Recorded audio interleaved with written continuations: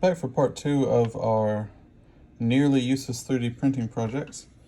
Alright, so mechanical pencil again, and we can see this little copper ring around the edge. And the way it works is that when you press the back of the pencil down, everything comes forward, and after a millimeter or so, there's something inside the tip that catches this little metal ring and allows the little plastic bit to expand, lose its grip on the graphite, and then it comes back in, regrips the graphite, and that's how it extends the tip.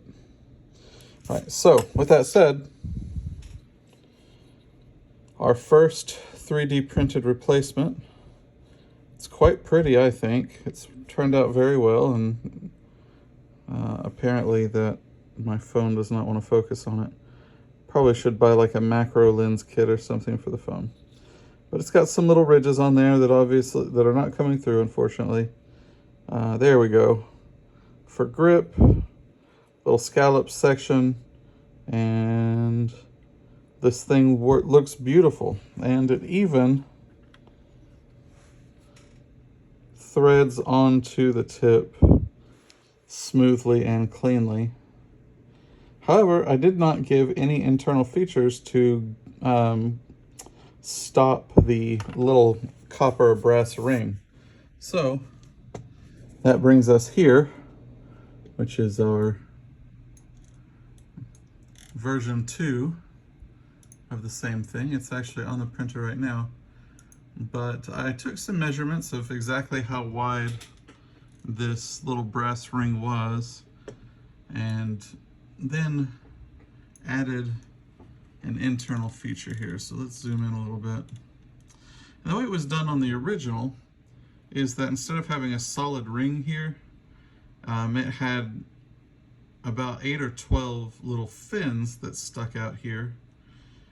But that presented some problems in, I think, in just getting that to print well without having a ton of supports in the middle here.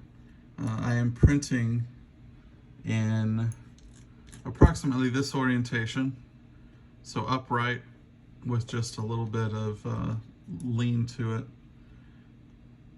And the threads seem to come out very well. There's no internal supports necessary. And I figured this would be a little bit more durable than the fins anyway, since the resin isn't quite as tough as some of these 3D injected plastics. I took that into account in the design.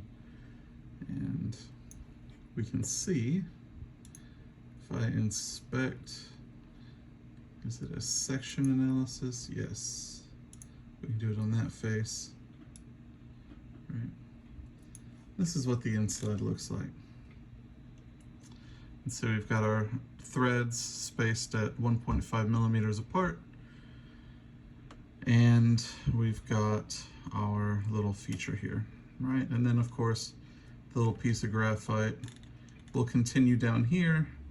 And if there's any minor deviation, the smooth transition between here and here will sort of catch it and redirect it rather gently down through the tip. And that's what we're looking at there. So there you have it.